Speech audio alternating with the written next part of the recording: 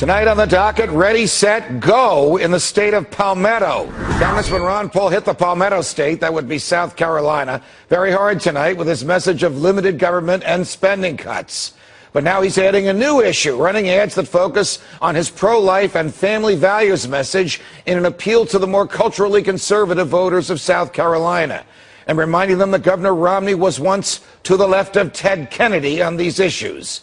You heard it here first. Congressman Paul will finish strong in South Carolina, a state struggling with high unemployment and harboring deep cynicism of more George W. Bush-like big government from the Republicans.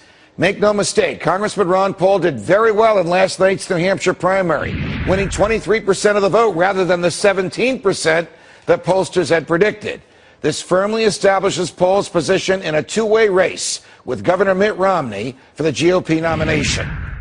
As the results were coming in, I made an appearance on The Daily Show with Jon Stewart. John made an observation that had me wondering whether he has become a regular viewer of Freedom Watch. Take a listen. Republican version of big government. That's why so many GOP primary voters who turn to Romney seem to do so out of resignation rather than out of passion. And that's why so many GOP primary voters and independents are now turning to Ron Paul, the only conservative running and the only passionate alternative to Mitt Romney. It is time to dispense with the tired nonsense that Ron Paul is unelectable. The same was said of another older guy from the West named Ron about a generation ago. Polls show that in a head-to-head matchup with President Obama, only Mitt Romney and Ron Paul are within the margin of error.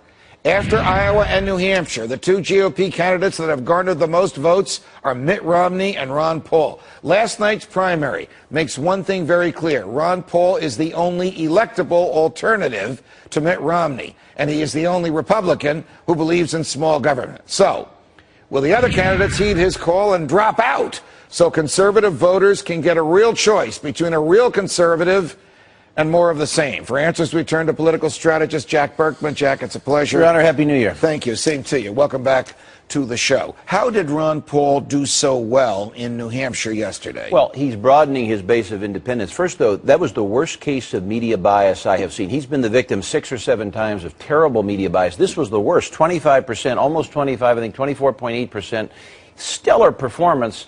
Media downplayed it. I don't think there was hardly any bias. You're talking about bias today in reporting the results, or bias during the campaign? Well, throughout, both. But bias today mainly in reporting the results today. I think it was the worst single incident of media bias against Ron Paul all year long, and there have been some very, very bad ones. Why did independents go with Ron Paul in Iowa and in New Hampshire? And do you think we'll see the same phenomenon next week in South Carolina? Yes, it's catching on. He's broadening his base. What's happening now is he started out with young people. First of all, he's the only candidate with a base. And that's really important. All of these. What do you mean the only candidate with a base? Mitt Romney has the establishment. Well, but that's a fundraising base. Ron Paul is the only guy out there with a real base of people that support him. When in politics, political strategists talk about a base, Romney doesn't have a base. His base is fundraising. It's just kind of an air game. Ron Paul knocks on doors. He's got people behind him. Rick Santorum doesn't really have that. He might have a little one. Gingrich doesn't have anything. He doesn't even have an organization.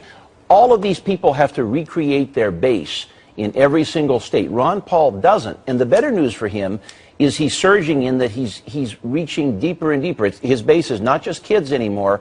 It's soccer moms. It's independents of all kinds. Can he get the Republican nomination? Oh, yes. I think he can. I think he will be in it till the end. I mean, we know that much for sure. He's in it for the distance. I mean, Romney will be in it. Ron Paul will be in it. You're going to have one conservative. Gingrich and Santorum are probably battling for that third spot. One of them, and that they probably will drop away.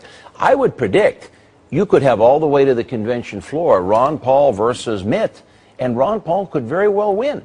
I think Ron Paul, here's what he's going to do that Santorum and Gingrich have failed to do. What? He can expose the contradictions in a very lawyerly way in Romney. He can say, you were pro-choice here, now you're pro-life. You were anti-gay, now you're pro-gay, now you're anti-gay. He has the ability to show the nation what Romney is.